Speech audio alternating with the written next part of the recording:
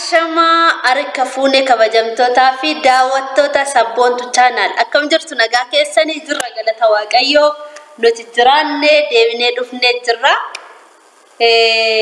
warreen channelii kanaaf haaraa taatan subscribe like share comment gochuu indagatiina nu bukkee cinaa dhaabbachuu indagatiina isin jechuu barbaada obbomulee nagaa bultanii akkam jirtu nagaa waltaniidha nagaa waltanii lama sa'aatiin jaadheera mee daawwattoota keenyaaf nagaa gaafadhuuti waan dhufneef isaanii qabannee dhiyaannaa jechuudha nagaa gaafadhu akkam jirtu daawwattoonni keenya kabajamooni baga nagaa waltanii nageenyi baraadha jirtu eshi guyyaa irraa kan qabannes ni dhufne waan tokkodha jechuudha innis gaaffii nu gaafattanii turtanii gaaffii nuti nu gaafadha jennee isin dhiyeessine utuu hin ta'in viidiyoo kaleessa waa'ee manaa waraabee gadhiise irratti gaaffii nu gaafattanii jirtu jechuudha namoonni kaan koomentii keessan dubbisaa turre namoonni kaanii gatii qorqoorroo meeqadha namoonni kaan gatiin qalamii meeqadha namoonni kaan immoo gatiin mismaaraa yookiin immoo lafti meeqadha jechaa jirtu jechuudha lafallee nuti isin aggananya uni dandeenya jechuudha lafa yoo barbaadani garuu immoo waa'ee lafaa gatiinsaa baay'ee inni waan hundumayyuu waan beekuuf bitee ijaare waan ta'eef waa'ee qorqoorroo waa'ee qalamii waa'ee mismaaraa waa'ee hundumayyuu simmintoo ashawaa kana hundumayyuu isiniif ibsa waan ta'eef jechuudha kanaaf qabadhee isinii dhufe inni waan hundumayyuu waan beekuuf isiniif ibsu jechuudha nu gaafattanii turtan waan ta'eef jechuudha kana hundumaa koomentii dubbisteetta miti ati maalirraa kaan gatiin lafarraa ka'e lafti dhiisi lafti sadarkaa qaba ammatti wanni barbaachisu maalis fakkaata guyyaa kaleessaa kan kaarii waa'ee keenyarraa gaaffii isaanii dubbiseetanii jechuudha lafa kaaree meeqa lafti keessanii an gatiisaa ton taane kaaree isaa gatiisaa ton ta'e gatiisaa yoo nu gaafatanii akka gatiisaatti isaanitti himna rakkoo qabu garuu bakka eeggata jechuudha garuu immoo kaaree meeqa manni keessanii jedhaniiru gaaffii baay'ee nu gaafataniiru kaaree meeqa jedhanii gaaffii biraa keessa fidaniiru gaaffii sana immoo asirratti ton ta'in viidiyoo lammaffaa irratti fudhannee dhufna jechuudha gaaffii nu gaafattanii gaaffii keessa walitti qabne isinii deebisna jechuudha garuu immoo kaleessa viidiyoo gadhiise irratti nu gaafattanii jirtu waan ta'eef lafa keenyarraa ka'e tole gaa akkuma gaaffii nu kaastanii turtan bal'inni lafa keenyaa kaaree 400dha kaaree 400dha manni keenya kan irratti boqote yoo xiqqaate kaaree 60 hin ta'a kaaree 60 waan ta'u irratti boqoteera kanaaf sana faana kana fakkaata kanaaf sana faana sakana eshi kanaaf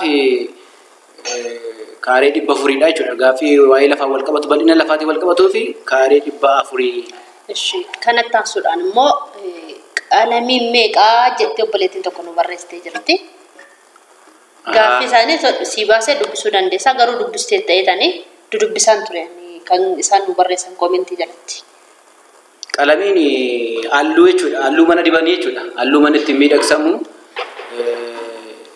gaaffii obboleettiin kun gaafatte sadarkaa kanarra gaheeraa jechuudha sadarkaan ijaarsa mana isheetii finishiingii yookaan xumurarra gaheera waan ta'eef halluu dibuu barbaaddetti natti fakkaata kanaaf kaleessa kan bitame halluun halluu sadarkaa salammataati waan ta'eef gaaloniin tokkichi qarshii 200dha kanaaf dhaabbataa miti gaa haalli gabaa biyya keenyaa dhaabbataa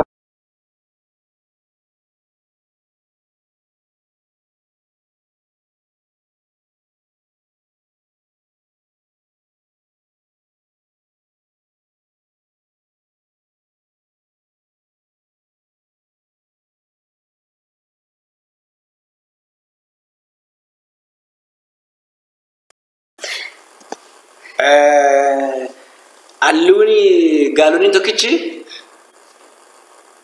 qarshii 200 dhaabbataa miti kun.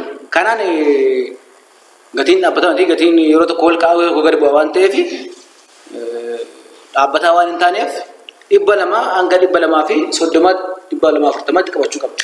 Lammaffaa kan mana kana dibdee kan mana kana akka isa sanaatu hin ta'e kan mana kana akkuma kan biyya alaatti dibanii natti fakkaata. Namatti hin qabatu. Inni kun guddi tayyaan meeqan? Kuni 370. Wanti tokkitti. Eshi gaaffii baay'ee nu gaafatan garuu. Keessa qorqorroos kan gaafate jira. Qorqorroos mismaarallee. Gaafatanii turan. Qorqorroolee kan gaafate jira. Qorqorroon tokkichi tokkoffaan isaa 300 fi 400 hanga 385 waan akkasiiti. Jiddu galeessaan 400 qabachuun gaariidha. 400 jechuudha gatiin qorqorroo tokko. Tokkoffaan isaa jechuudha. Kan mana ittiin ijaaramu sadarkaa qaba. Qorqorroon sadarkaa qaba. Qorqorroon inni kan dallaa ittiin ijaaranii fi kan mana ittiin ijaaran adda. Kanaaf inni kan mana ittiin ijaaramu 400 hanga 385tti qabachuu qabu. Mismaarri 120 hanga 100 waan akkasiiti. Mismaarri jechuudha. Mismaar kiiloodhaan miti? Kiiloodhaan. Kiiloon tokkichi akkasii. Kiiloon tokkichi meeqa? Abbaan gonfoo mismaarri qorqorrootti rukutamu 120. Duratti meeqa ture? Waan akkasiiti. Hin dabale miti? Hin dabale. Meeqa ture duratti? Duratti immoo riqaasha ture? Birrii 50 waan hin caalledha. Kanaaf hin dabalee 120 hanga 100 jidduu kanatti qabatanii isa kana kanumaan deebisnaaf waa'ee kan biraa maallu gaafatanii tokko abbaa manaa kee galateeffadhu nuu galateeffadhu kan akkas gammachiise naan jettee galatoomii jedheera ittiin si gaheera guddaa galatoomaa dhugaa baay'ee tokko namatti toltu yaada nuu kennaa turtanii gaaffii nu gaafachaa turtanii gaaffii isa kaanii achumatti kaawwanneetu viidiyoo of danda'e qaba jechuudha. Gaaffii nu gaafadhaanne suura gadhiisee tureyyuu suura sanarratti gaaffii baay'ee nu dhiyeessitaniittu gaaffii yoo hafe jedheetan inni callisee isin hojjenne gadhiifnaa waan gaaffii isinitti ta'e ammayyuu nu gaafachuu ni dandeessu. Gaaffii isinitti taanaan nu gaafadhaa nuti isin deebisnaa jechuudha viidiyoon hojjenneetu kanarra wanti jettu jira. Kanarra wanti jennu illee yoo jiraachuudha baate waan gaaffii isaanii ta'e akkuma gaaftee nu gaafachuu danda'u. Amma dandeenyu waan humna keenya waan dandeenyu hin deebifnaa fi isa kaan immoo akka nu galetti amma beeknu hin deebisnaa fi garuu waan tokko kaasuun barbaadan. Tokko maal sitti fakkaate beellamni nu qabame jechuudha. Beellamni nu qabame nyaata aadaa yookaan aadaa beekamaa yookaan dhaabbata idilees kan aanaa keenya biyya keenya lafatti dhalanne dirreen cinne jechuudha. Isa kana deebisiin kan gaaffii gaafatan bakka itti dhalanne hin deebisiin gaaffii keessa jiran nu gaafatanii jiru waan ta'eef. Inni kun rakkoon qaba. Jechuun gaaffii sana irratti deebisuun barbaade. Rakkoon qabu inni kun maal ta'e fakkaate? Otoo nyaata aadaa naannoo keenyaas beellamaan qabannee totootti yaadnee fi gaariidha. Maal jechuu danda'a? Maal ilaata? Nyaanni aadaa naannoo isaanii kun adda moo maal jechuu danda'u? Gaaffii tumuu danda'a daawwattoota keenyatti. Nyaata addaa qabna. Nyaata addaa qabna. Biyya keenya jechuudha. Nyaata addaatti qabna. Nyaata sana isinii dhiyeessina. Akkaataatti hojjetamullee fuuldurum keessanitti hojjenne isinii dhiyeessina. Kana jechuu isaatiin maaf hin dhiyeessinu jedhee. Nyaatichi maal akka ta'e isinii dhiyeessina jechuudha. Garuu kanarraan kan hafe immoo waan tokko ijoolleen mana ijaarrachuu barbaadan infoormeeshinii akkasii isinii himna. Infoormeeshinii funaanuu barbaadan isinitti himna. Maaliif inni ijaareeran beeka waan ta'eef jechuudha. Mana ijaaruun baay'ee ulfaatu isarraa hubachuu dandeessu. Duratti inni akkas miti hin qannase jechuudha. Maaliif manni ijaaruun tokkoffaa sammuu kee dhiphisaa, lammaffaa immoo yoom dhuma.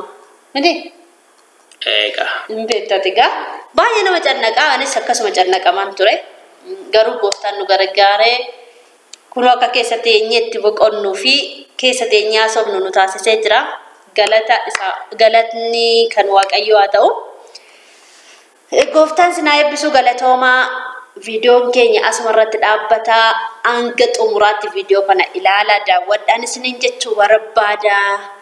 Ijoolleen immoo akkuma biyya arabaa jirtan adaraa keessan birrii keessan harkatti akkas godhaa qabadhaatii warri abbaa manaa dhugaa hin qabne abbaa manaa dhugaa isiniin jedhu hanga kooti jettanii mana tokko keessa wajjin hin jiraannetti amala isaan barretti nama sana itti sixxanii hin barretti hin beeknetti birrii keessan akkasumatti ergitanii harka duwwaatti nafiinaa goodaatti qullaatti nafiinaa birrii keessan cabbataa qabadhaati gaafa sin birrii keessan qabatanii mana keessan ijaarrattanii of taatanii luka tokko tonte luka lamaan gad dhaabbattanii gaafa sana abbaan manaa ofuma isaatiin dhufa jechuudha.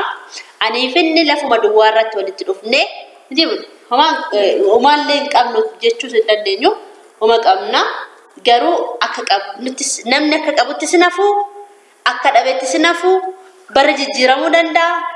Jireenya jijjiiramuu danda'a wanti hunduu jijjiiramuu danda'a garuu jaalalli jiraannaan jaalalli dhugaan jiraannaan hundumtuun qaqqaba hundumtuun dhufa jechuudha akkuma naafsii jechuudha waggaa meeqa teessina eegdeti waggaa meeqa teessina eegde garuu gaaffii jiraadha gaafatan yeroo ta'e asirratti deebisuun barbaannu gaafatameera argeera koomentii keessatti tokkoon dubbisaan ture jechuudha gaafatameen jira asirratti deebisuun wayyaa jechuudha. Boru yookiin isin gadhiifna viidiyoo isin gaaffisan nu gaafattan hundumaa maqaa keessa wajjin dubbannee ni gadhiifna jechuudha. Guddaa isin jaalanna isin kabajnaa jabaadhaati cimaatii hojjedhaa hojii keessan hojii keessantu isin kabachiisaa kanatti isin kabachiisaa isa kana caalu immoo birrii keessan qabadhaa hin gowwoomiina hin nyaatamiina.